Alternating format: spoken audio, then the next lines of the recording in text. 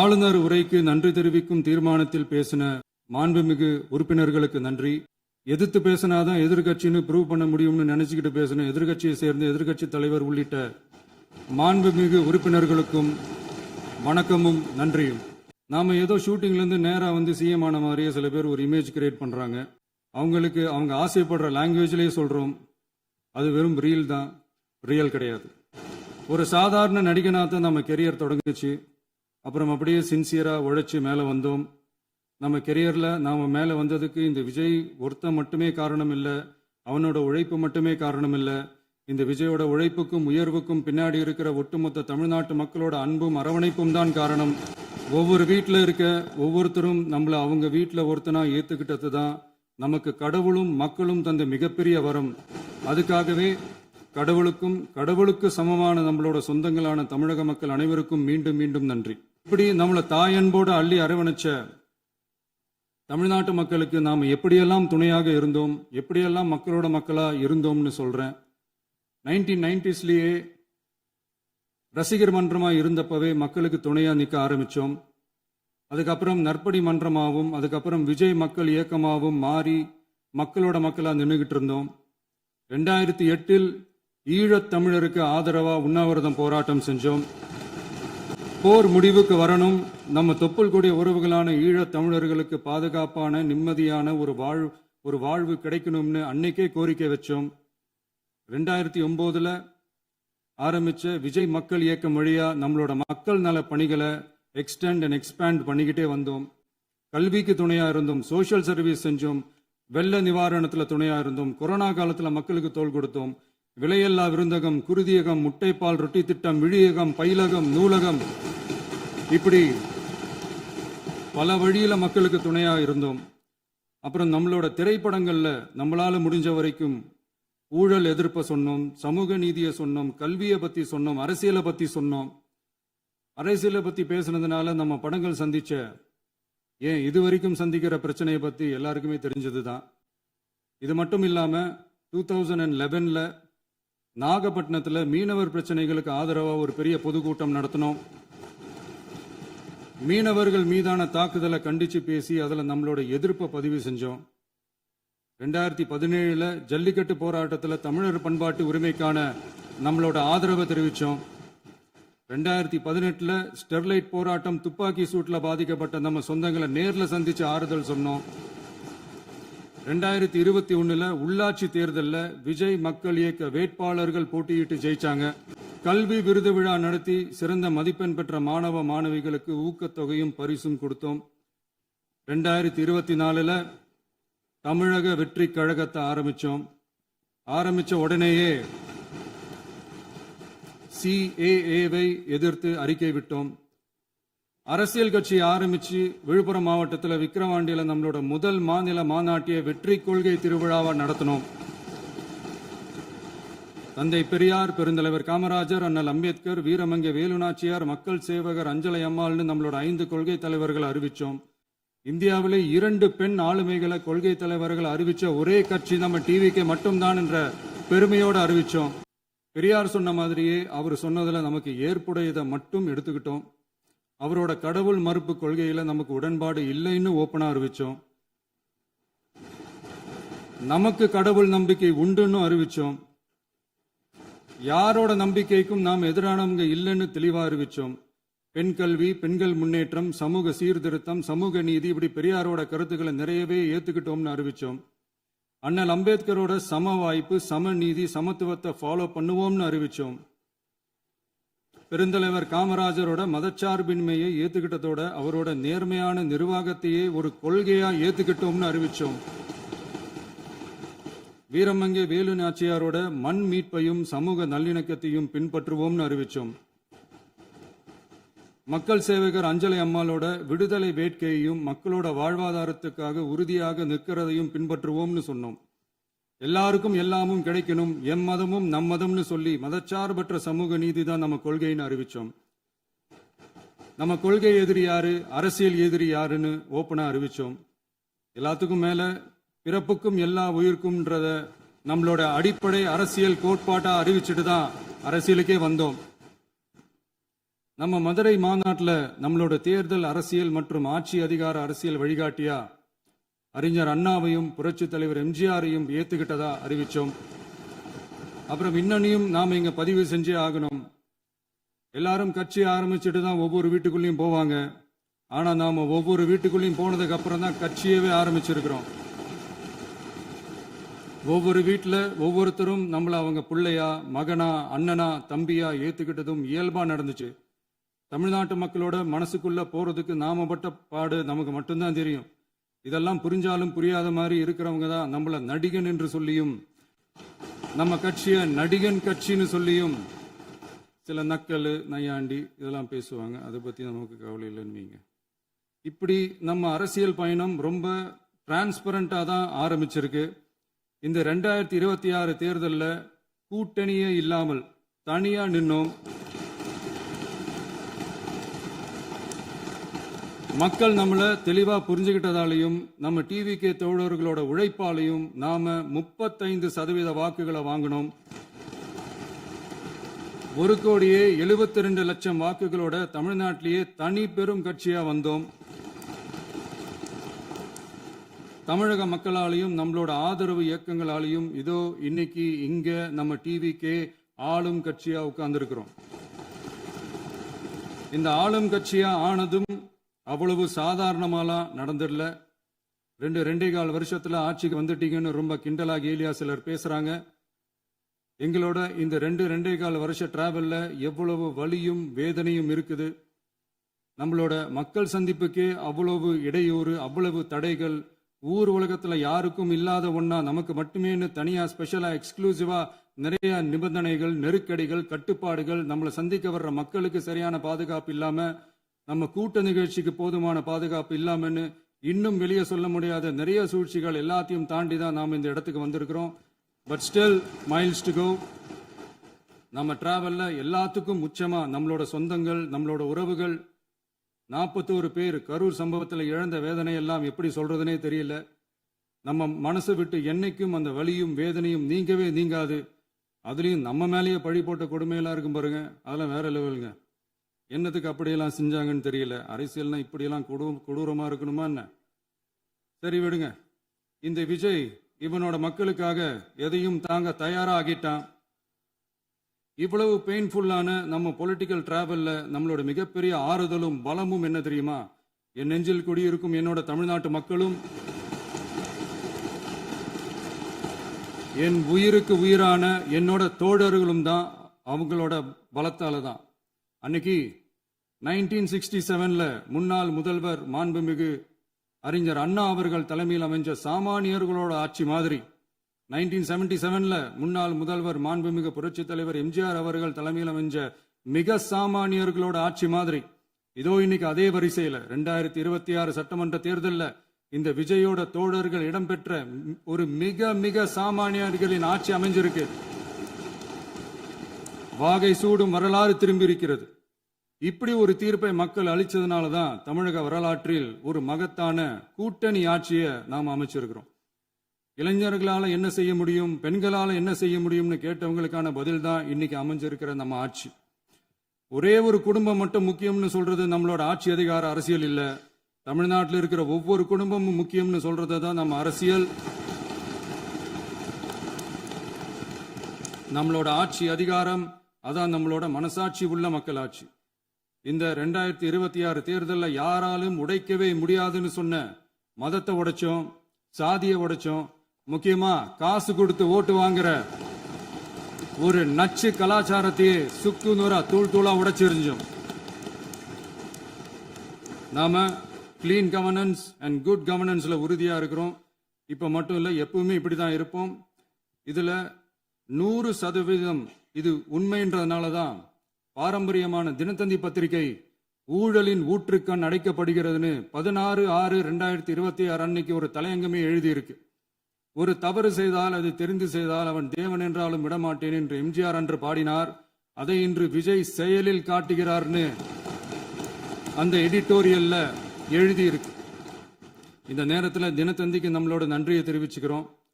அரசியலுக்கு வந்து 2 வருஷம் தான் ஆகுது. உங்களுக்கு என்ன தெரியும், உங்களால என்ன முடியும்னு கேலியா கேட்டவங்களுக்கு தினத்தந்தியோட பதிலை இப்போதைக்கு போதும்னு நினைக்கிறேன்.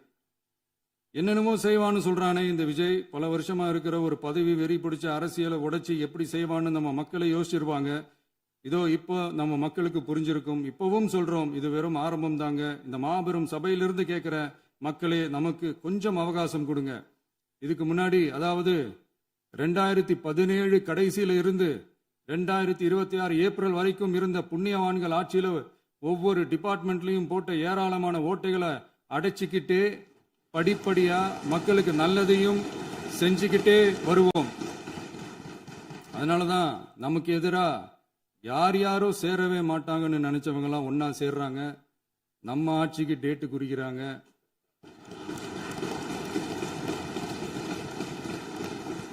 சரி, அவங்கள நம்ம மக்களே பார்த்துப்பாங்க, அதை விடுங்க. நாம ஆட்சிக்கு வந்து சரியா 40 நாள் ஆகுது. அதுக்குள்ள என்ன செஞ்சீங்கன்னு கேட்கிறாங்க. ஒரு லிஸ்ட் ஒன்று சொல்றேன் கேளுங்க. பெண்கள் பாதுகாப்புக்காக சிங்கப்பெண் சிறப்பு படை, 200 யூனிட் வரை கட்டணமில்லா மின்சாரம், போதைப் பொருள் ஒழிப்புக்காக தனிப்படை, குறுவை நெல் சாகுபடியை ஊக்குவிப்பதற்காக 134.83 கோடி சிறப்பு தொகுப்பு திட்டம், வழிபாட்டு தலம், ஸ்கூல், பஸ் ஸ்டாண்டுன்னு அதுக்கு பக்கத்தில் இருக்கிற 717 மதுபான கடைகள் மூடப்பட்டன. அங்க வேலையில் இருந்தவர்களுக்கு வேறு கடைகளில் வேலை, கவனிக்கப்படாமல் விடப்பட்ட அம்மா உணவகங்கள் புதுப்பிக்கப்பட்டன. பத்திரப்பதிவு துறையில் பகல் கொள்ளைக்கு ஃபுல் ஸ்டாப் வைக்கப்பட்டுள்ளது. வருகையில்லா ஆவண பதிவு முறை கொண்டுவர உத்தேசிக்கப்பட்ட செயல்பாட்டில் உள்ளது. அரசு மற்றும் தனியார் மருத்துவமனையில் ஸ்கேன் மையங்களில் கருவுறுவதற்கு முன் மற்றும் பின் ஏற்படும் தவறுகளை கண்காணிக்கவும், மருத்துவ நிறுவனம் முறைப்படுத்தும் சட்ட விதிகள் பின்பற்றப்படுகிறதா என கண்காணிக்கவும், மருத்துவ மற்றும் ஊரக பணிகள் இயக்கத்தின் பயன்பாட்டிற்காக 40 புதிய வாகனங்கள் வழங்கப்பட்டுள்ளது. கூட்டுறவு வங்கியின் ஏழை எளிய மக்கள் வாங்கிய கடனுக்கு முதல் முத்தாய்ப்பாக ரூபாய் 2045 கோடி தள்ளுபடி வழங்கி ஆணையிடப்பட்டுள்ளது. ஒன்றிய அரசிடம் கேட்டுக்கொண்டதற்கிணங்க கடந்த 2 வருடமாக நிறுத்தி வைக்கப்பட்ட இருந்த ஜல் ஜீவன் மிஷன் திட்டம் புதுப்பிக்கப்பட்டு ஜல் ஜீவன் மிஷன் திட்டம் 2.0 நடைமுறைக்கு கொண்டு வரப்பட்டுள்ளது. 18,500 கோடி அளவில் உறுதியளிக்கப்பட்ட காஞ்சிபுரம் மாவட்டத்தில் மைய விரிவாக்க திட்டம், கோயம்புத்தூரில் மின்னணு பொருட்கள் மற்றும் மின்னணு அமைப்புகள் உற்பத்தி திட்டம் மற்றும் திருவள்ளூர் மாவட்டத்தில் காட்டுப்பள்ளி LNT கப்பல் கட்டும் தளம் விரிவாக்க திட்டத்திற்கு ஒப்பந்தங்கள் போடப்பட்டுள்ளன. அனைத்து நிர்வாக நடவடிக்கைகளும் மின்னணு முறையில் மாற்றம் கொண்டு வர நடவடிக்கை எடுக்கப்பட்டு வருகிறது. சட்டவிரோத கல்குவாரி மற்றும் அனுமதியின்றி கனிமங்களை எடுத்துச் செல்வது தடுக்கப்பட்டுள்ளது. பல்வேறு குவாரிகள் சீல் வைக்கப்பட்டுள்ளன. கனிமங்களை கண்காணிப்பது, எல்லைகளை நிர்ணயிப்பது மற்றும் ஆளில்லா விமானம் மூலம் அளவீடு செய்வது போன்றவற்றை செயல்படுத்துவதற்கான பணிகள் மேற்கொள்ளப்பட்டு வருகின்றன. அனைத்து துறைகளிலும் அலுவலர் தலையீடு இல்லாமல் லஞ்ச லாவண்யமற்ற தமிழகத்தை உருவாக்க அனைத்து நடவடிக்கைகளும் முடுக்கிவிடப்பட்டுள்ளது. இதெல்லாம் சாம்பிள் தான், இன்னும் இருக்கு. இந்த வெறும் 40 நாளுக்குள்ளேயே இவ்வளவு செஞ்சிருக்கோம்னா இனி வர்ற நாட்கள்ல கொஞ்சம் கொஞ்சமா படிப்படியா ஸ்டெடியா உழைச்சி லஞ்சலாவணம் இல்லாத, ஊழல் இல்லாத, பெண்களுக்கு பாதுகாப்பான, சுதந்திரமான, டிரான்ஸ்பரண்டான தமிழ்நாட்டை நம்ம சொந்தங்களான தமிழக மக்களுக்கு தர்றது தான் நம்மளோட ஒன் அண்ட் ஒன்லி டார்கெட். கண்டிப்பா அதை நிறைவேற்றியே காட்டுவோம். 8 கோடி மக்கள் நம்மளோட இருக்கிறப்போ ஏங்க இதை செய்ய முடியாது? மாண்புமிகு பேரவைத் தலைவர் அவர்களே, தமிழ்நாட்டின் கருவூலம் எப்படி திசை மாறி உருமாறி தேய்ந்து ஓய்ந்து கிடைக்கிறதுன்னு சொன்னாங்க. திசை மாறி உருமாறி தேய்ந்து ஓய்ந்துன்னு வசனம் மாதிரி ரைமிங்கா இல்லாம வளமான இலக்கியமா இதே சபையில பேசினவங்களோட திறமையான ஆட்சியில நடந்த நிதி மேலாண்மையை பத்தி வெள்ளை அறிக்கையா வெளியிட்டோம். வெள்ளை அறிக்கை வந்ததிலிருந்தே கண்ணை கட்டுதுங்க. அந்த காலத்துல தான் பிள்ளையோ பிள்ளை, தொல்லையோ தொல்லைன்னு சொன்னாங்க. அதே மாதிரி தாங்க அவங்க ஆட்சியாலையும் அவங்களாலையும் இன்னைக்கு தமிழ்நாட்டுக்கே தொல்லையோ தொல்லை. இப்படி ஒரு நிலைமையை உண்டாக்கி வச்சுட்டு இவங்க சொல்றாங்க நமக்கு ஆட்சி செய்ய தெரியாதுன்னு. நம்ம அமைச்சர்களுக்கும் நம்ம சட்டமன்ற உறுப்பினர்களுக்கும் ஒன்றும் தெரியாதுன்னு. ஆமாங்க, எங்களுக்கு தெரியாதுதான். எங்க சட்டமன்ற உறுப்பினர்களுக்கும் அமைச்சர்களுக்கும் மக்கள் பணி செய்ய தெரிஞ்ச அளவுக்கு மக்கள் பணத்தை சுருட்ட தெரியாதுதான்.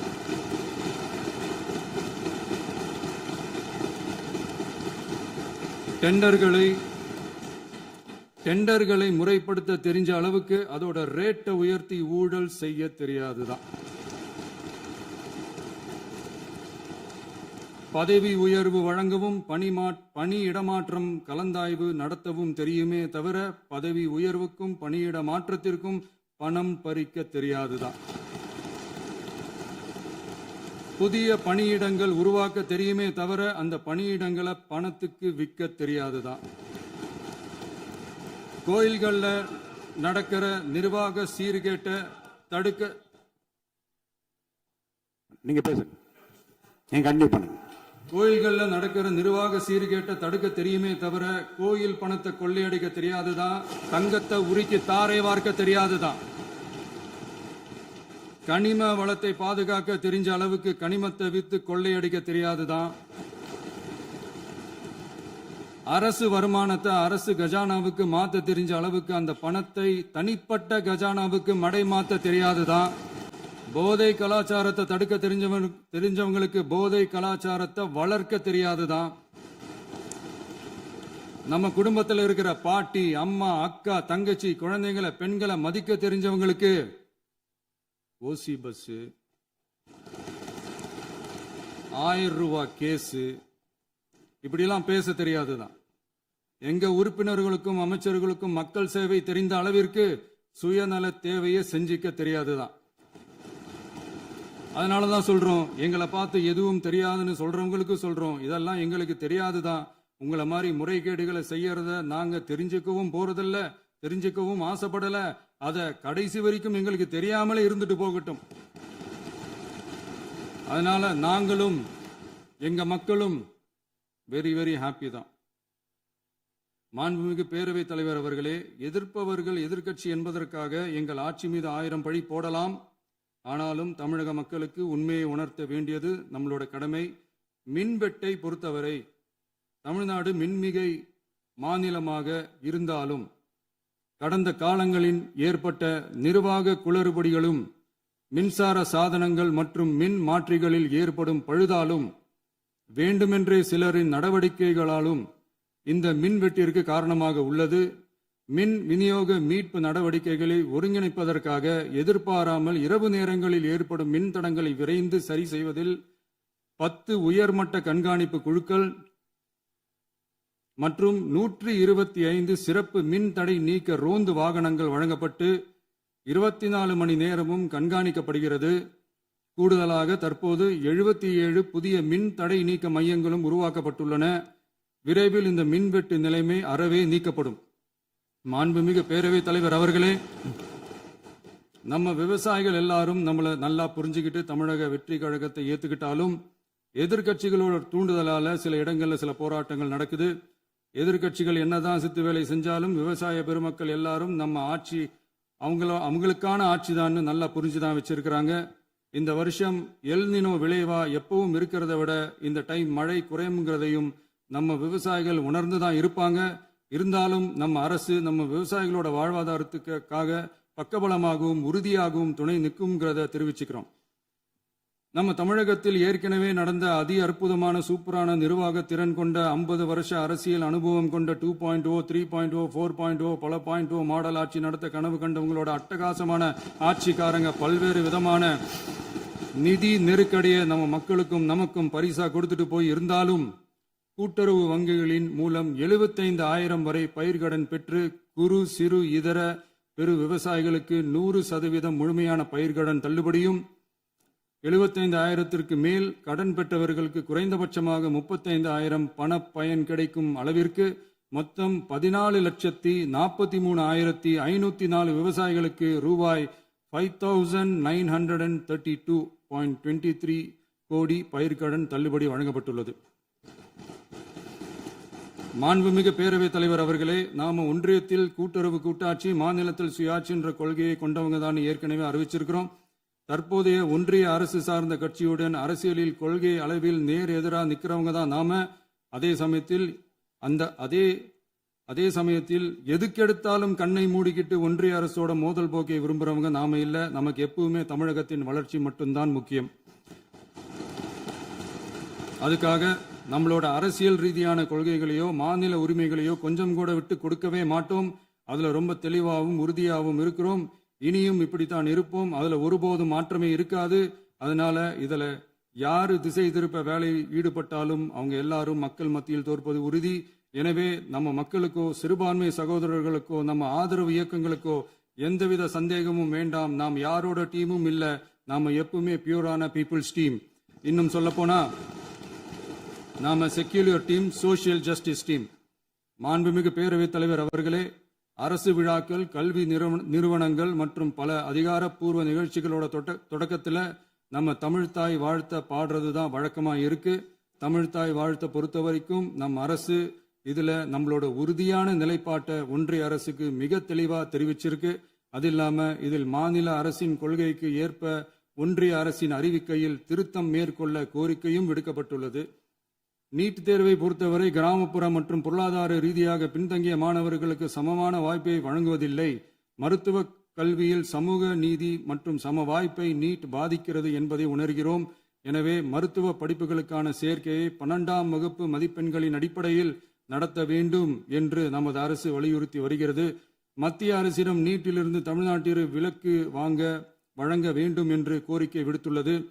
மாண்புமிகு பேரவைத் தலைவர் அவர்களே, பேரறிஞர் அண்ணா அவர்கள் தலைமையிலான அரசு 1968இல் இருமொழி கொள்கையை நடைமுறைப்படுத்தியது. தமிழ் ஆட்சி மொழி, தமிழ் மொழியை பாதுகாப்பது, மாணவர்களுக்கு ஆங்கிலத்தின் மூலம் உலக அளவிலான வாய்ப்புகளை வழங்குவது, எந்த ஒரு மொழியையும் கட்டாயமாக திணிப்பதை தவிர்ப்பது மற்றும் எதிர்ப்பது, நிலத்தின் மொழி மற்றும் பண்பாட்டு அடையாளத்தை பேணுவது என்பதை நம் தமிழக வெற்றிக் கழக ஆட்சி ஏற்றுக்கொண்டுள்ளது. எனவே தமிழ்நாட்டில் தமிழ் ஆட்சி மொழி மற்றும் இருமொழி கொள்கை என்பதில் நமக்கு மாற்று கருத்தே இல்லை.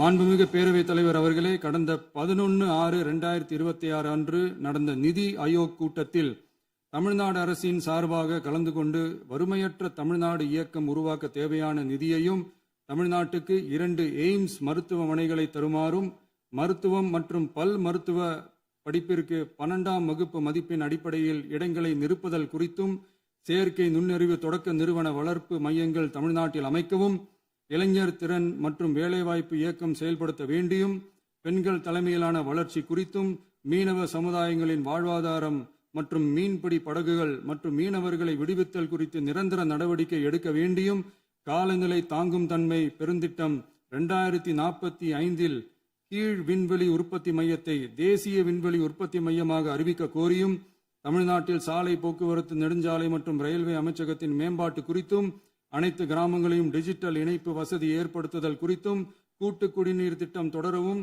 அரசின் விழாக்களில் தமிழ்தாய் வாழ்த்துக்கான முதலிடத்திற்கான கோரிக்கையும், மேகதாது அணை கட்டுமான நிறுத்தத்தை உறுதிப்படுத்தவும், மாநிலத்தின் மீது மும்மொழி கொள்கையை வற்புறுத்தாமல் புதிய கல்விக் கொள்கையை திணிக்காமல் தமிழகத்திற்கான கல்வித் தொகை ரூபாய் 3284 கோடியை விடுவிக்க கோரியும், ஆண்டுதோறும் 5 லட்சம் இளைஞர்களுக்கு உதவி தொகையுடன் கூடிய பணியினை தொழில்நுட்ப பயிற்சி வழங்க ஒத்துழைப்பு வழங்குமாறும், ஒகேனக்கல் 3ஆம் கட்ட கூட்டு குடிநீர் திட்டத்திற்கான நிதி ரூபாய் 2283.40 விடுவிக்கவும், வேலை வாய்ப்பு மற்றும் வாழ்வாதாரத்துக்கான உத்தரவாத திட்டத்தின் கீழ் வேலை வாய்ப்புகளை உருவாக்க உடனடி நடவடிக்கை மேற்கொள்ள வேண்டியும் மற்றும் திருக்குறளை தேசிய இலக்கியமாக அறிவிக்குமாறும் தமிழ்நாடு சார்பில் பேசியுள்ளோம் என்பதை தெரிவித்துக் கொள்கிறோம். மாண்புமிகு பேரவைத் தலைவர் அவர்களே, அண்டை மாநிலங்களுடனான நட்புறவு ஒரு மாநிலத்தின் வளர்ச்சிக்கும் நாட்டின் ஒற்றுமைக்கும் மிகவும் அவசியமானது. தமிழ்நாடு தனது அண்டை மாநிலங்களுடன் நதி நீர் பங்கீடு, பொருளாதாரம், கல்வி, கலாச்சாரம் மற்றும் போக்குவரத்து துறைகளில் நல்லுறவை பேணி வருகிறது. பரஸ்பர மரியாதை, ஒத்துழைப்பு மற்றும் கூட்டாட்சி தத்துவத்தின் அடிப்படையில் அண்டை மாநிலங்களுடனான நட்புறவை வலுப்படுத்தவும் நமது ஆட்சியில் காக்கப்படுகிறது. மாண்புமிகு பேரவைத் தலைவர் அவர்களே, சட்டம் ஒழுங்கை பற்றி பேச்சு வந்தது. சட்டம் ஒழுங்கு சரியா இருக்கணும் அப்படின்றதுல எங்களுக்கு மாற்று கருத்தே கிடையாது. கண்டிப்பா லா அண்ட் ஆர்டர் கரெக்டா இருக்கணும், கரெக்டா இருக்கும், இருக்க வைப்போம். அதே மாதிரி பெண்கள் பாதிக்கப்படுறதையும் இங்க யாராலையும் சகிச்சிக்கவே முடியாது. அதுக்கான கடுமையான நடவடிக்கைகள் நம்ம அரசு எடுத்துக்கிட்டு இருக்கிறோம். இந்த சிங்கப்பெண் சிறப்பு அதிரடிப்படை கூட அதுக்கான ஒரு ஃபர்ஸ்ட் ஸ்டெப் தான். அதே மாதிரி இந்த போதைப் பொருள் நடமாட்டம், அதை கண்ட்ரோல் பண்றதுக்கும் நம்ம அரசு கடுமையான நடவடிக்கைகள் எடுத்துக்கிட்டு இருக்கிறோம். அதையும் கண்டினியூ பண்ணி எடுப்போம். மாண்புமிகு பேரவைத் தலைவர் அவர்களே, இப்ப நான் சொன்ன இந்த பிரச்சனைகள்லாம் 2026 போன மாசம் மே மாசம் 10ஆம் தேதி புதுசா வந்துடல. இதெல்லாம் பல வருஷமா இருக்கிற பிரச்சனைகள் தான், பல வருஷமா கண்டுக்காம விட்ட பிரச்சனைகள் தான். இன்னைக்கு எதிர்கட்சிக்காரங்க அதை பத்தி கேட்கும் போது எனக்கு அது அக்கறையா தெரியல, அவதூறு அரசியலா தான் தெரியுது, பழி போடுற அரசியலா தான் தெரியுது. இப்படி அவதூறு பழி போடுறவங்கள பார்த்து ஒன்னே ஒன்று தான் கேட்கணும்னு தோணுது. கடந்த 9-10 மாசமா நம்ம ஸ்டேட்ல சட்டம் ஒழுங்கு டிஜிபியே இல்லை. சட்டம் ஒழுங்கு டிஜிபியை போடுங்கன்னு சொல்லி எல்லாம் ஓஞ்சி போயிட்டோம். போன ஆட்சியில் நடந்ததுக்கெல்லாம் இப்பதான் விடையே கண்டுபிடிக்கிறோம். நம்ம ஆட்சியில் இந்த போதைப் பொருள் நடமாட்டம்லாம் தாறுமாறா அப்படியே பரவி கொட்டி கிடக்குது. இதெல்லாம் இனிஷியல் ஸ்டேஜ்லயே யார் கண்ட்ரோல் பண்ணியிருக்கணும்? போலீஸ் டிபார்ட்மெண்ட் அப்போ யார் கையில் இருந்தது? இத்தனை கேள்வி நம்மளை பார்த்து கேட்குறாங்களே, ஒரே ஒரு கேள்வி தான் நான் கேட்கணும்னு தோணுது. போலீஸ் டிபார்ட்மெண்ட்டை கையில் வச்சுக்கிட்டே பிகினிங்லேயே இனிஷியல் ஸ்டேஜ்லேயே இந்த போதைப் பொருள் நடமாட்டத்தை ஏன் கண்ட்ரோல் பண்ணலை? மனசாட்சி உள்ளவங்க இந்த பிரச்சனையெல்லாம் ஏன் நடக்குதுன்றது அவங்களுக்கே நல்லா தெரியும். இன்னைக்கு சட்டம் ஒழுங்கை பற்றி கேள்வி கேட்கக்கூடாதா அப்படின்னா தாராளமாக கேட்கலாம். இது ஜனநாயக அரசு, மன்னராட்சியெல்லாம் கிடையாது, மனசாட்சி உள்ள மக்களாட்சி. அதனால கேள்வி கேட்கலாம், எல்லாருக்கும் எல்லா உரிமையும் உண்டு. விமர்சனம் செய்யலாம், எல்லாருக்கும் எல்லா உரிமையும் உண்டு. ஆனால் நம்ம ஆட்சியில் என்ன நடவடிக்கைகள் எடுத்திருக்கோன்றது தெரிஞ்சுக்கிட்டு அதுக்கேற்ற மாதிரி ஒரு நடுநிலையாக பேசுனீங்கன்னா கொஞ்சம் நல்லா இருக்கும். சட்டம் ஒழுங்கை பற்றி யாருக்கு என்ன யோசனை இருந்தாலும், மக்கள் நலனுக்காக யாருக்கு என்ன யோசனை இருந்தாலும் அதை தாராளமாக சொல்லலாம். நம்ம அரசு அது காது கொடுத்து கேட்கும். ஆனால் நம்ம அரசனுடைய நிர்வாகத்திறன் அதை பற்றி பேசுறவங்களுக்கு இந்த ஊரடிச்சு உலையில போட்டு ஊழல் மேல ஊழலா செஞ்சுக்கிட்டு அதுல இருந்து தப்பிக்கிறதுக்கு பேர் தான் நிர்வாகத்திறன் அப்படின்னு சொன்னா, அப்படிப்பட்ட ஒரு ஊழல் செய்யற நிர்வாகத்திறனை நம்ம அரசு ஒரு நாளும் செய்யாது. பொட்டி பெட்டியா பணத்தை வச்சுக்கிட்டு, பெட்டியை வச்சு எல்லாம் செஞ்சுக்கிட்டு, போதைப் பொருள் பாதுகாவல் கழக மாடல் அரசாங்கம் செஞ்ச ஒவ்வொரு ஊழலா வெளியில வந்துகிட்டு இருக்கு. டாஸ்மாக்ல அது என்னப்பா அது பேரு, பார்ட்டி ஃபண்ட் கட்சி நிதி அப்படின்ற பேர்ல அடிச்ச கொள்ளையெல்லாம் ஒண்ணா இப்போ கவர்மெண்டோட கஜானாவுக்குள்ள கொண்டு சேர்த்துக்கிட்டே இருக்கிறோம்.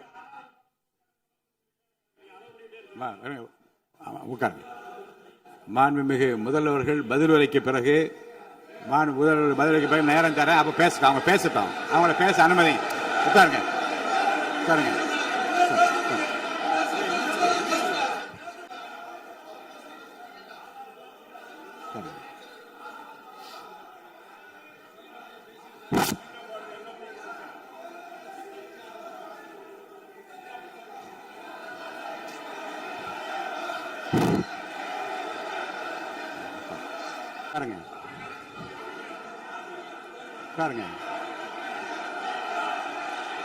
உரிமையும் விளக்கத்தை கேட்டு பெற உரிமை உங்களுக்கு இருக்கிறது.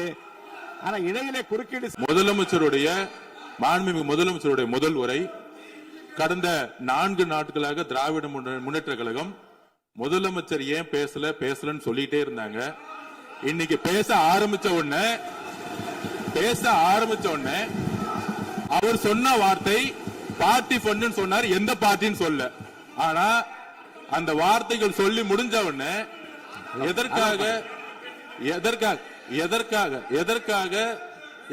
முதலமைச்சருடைய பேச்ச இவங்க குறுக்கிறாங்கன்னு தெரியல. நீங்கள் சொன்னதுபடி முதலமைச்சர் பேச வேண்டும். பேசிய பின்பு கருத்துகளுக்கு பதிலளிக்க அவர்கள் பதிலளிக்க நாங்களும் பதிலளிக்க தயாராக இருக்கிறது பதிவு பண்றோம். பேரவைத் தலைவர்களே, நீங்க உட்காருங்க. நேற்று நான் பேசும்போது சில அமைச்சர்கள் குறுக்கிட்டு பேசினாங்க, அதற்கு நீங்க அனுமதி கொடுத்தீங்க. அதே மாதிரி இன்னைக்கு முதலமைச்சர் பேசும்போது சில வார்த்தைகள், தவறான வார்த்தைகள் பேசுறாரு. அவர் பார்ட்டி ஃபண்ட் அப்படின்னு சொல்லியிருக்கிறாரு. அவர் அமைச்சர் அந்த பார்ட்டி ஃபண்ட் எந்த பார்ட்டின்னு கூட சொல்ல தைரியம் இருந்தா சொல்லுங்க, நாங்க அதெல்லாம் ஃபேஸ் பண்ண தயாரா இருக்கோம். எதையும் ஆதாரத்தோடு எதையும் பேசுங்க. நீங்க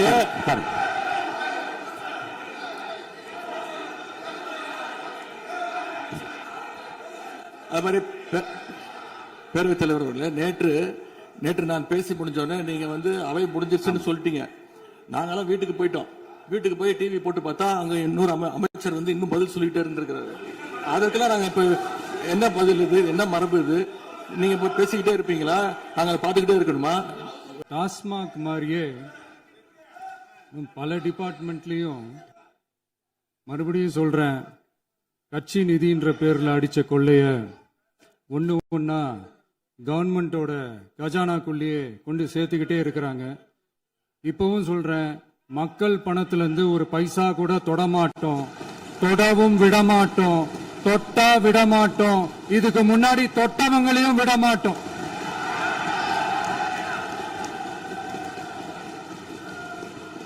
ஒவ்வொரு ஊழலா வெளியில வரும் போலயே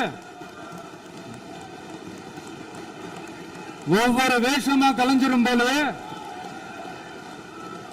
இங்க இருக்கிற நிறைய பேரு நடுங்கி போய்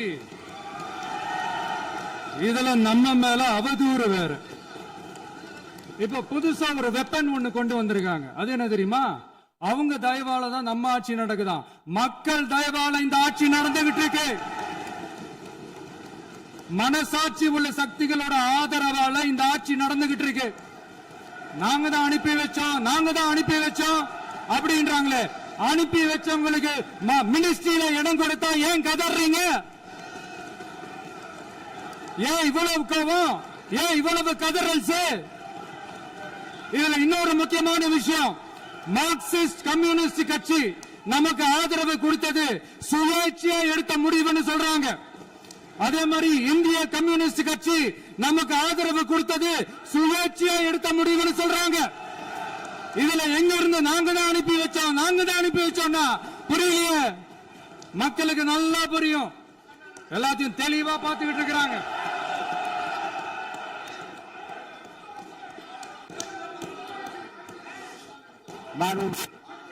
இந்த சமூக நீதி அரசுன்னு சொல்றவங்களை பார்த்து கேட்கிறேன், நம்ம பட்டியலின சகோதரர்களுக்கு எத்தனை அமைச்சர் பதவி கொடுத்தீங்கன்னு கொஞ்சம் சொல்ல முடியுமா? ஆனா நம்மளுடைய அரசுல 8 அமைச்சர் பதவிகள் யாருக்கு? நம்ம பட்டியலின சகோதரர்களுக்கு. எல்லாம் நம்ம அண்ணன், நம்ம தம்பி, நம்ம தங்கச்சிங்க. அண்ணல் அம்பேத்கர் அவர்களுடைய கிட்டத்தட்ட 100 ஆண்டு கால கனவு இப்ப நிறைவேறி இருக்கு. நான் ஏன் கொஞ்சம் சவுண்டா பேசுறேன் அப்படின்னா அவங்களுக்கு கேட்கணுன்றதுக்காக தப்பா எடுத்துக்காது. அதே மாதிரி பெண்களோட பாதுகாவலர் நாங்க தான் அப்படின்னு சொல்லிக்கிறவங்களை கேட்கிறேன், எத்தனை பெண்களுக்கு அமைச்சர் பதவியில இடம் கொடுத்தீங்க கொஞ்சம் சொல்ல முடியுமா? எங்க அரசுல 4 சகோதரிகளுக்கு அமைச்சர் பதவி கொடுத்திருக்கிறோம்.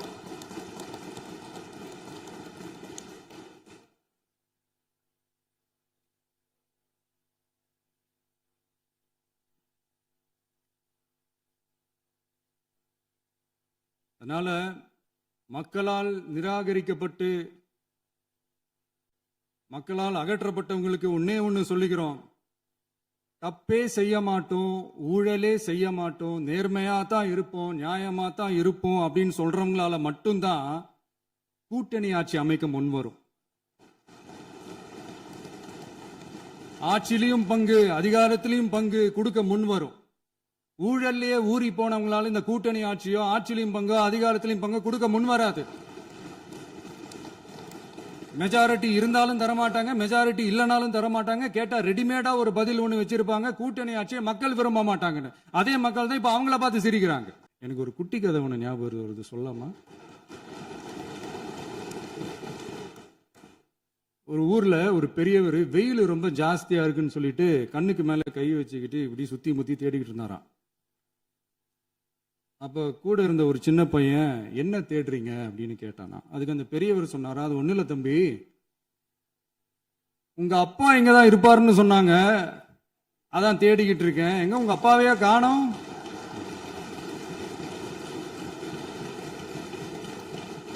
இல்ல, அந்த எங்களுக்கும் நக்கலா நையாண்டியா சம்பந்தம் இல்லாத குட்டி கதை இதெல்லாம் எங்களுக்கும் பேச தெரியும்.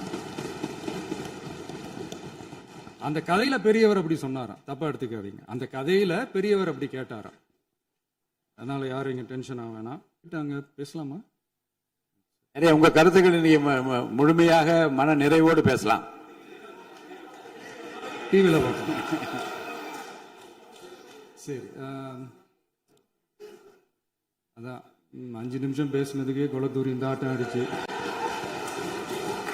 பேசுனா அப்புறம் என்ன பண்றது? கடைசியா நான் இந்த உரையை முடிக்கிறதுக்கு முன்னாடி ஒரு முக்கியமான ஒரு விஷயம் பத்தி சொல்லணும். ஆளுநர் உரை அன்னைக்கு இந்த தமிழ் தாய் வாழ்த்துக்கு அப்புறம் தேசிய கீதம் பாடினது தப்பு, தேசிய கீதம் 2 முறை பாடினது தப்பு,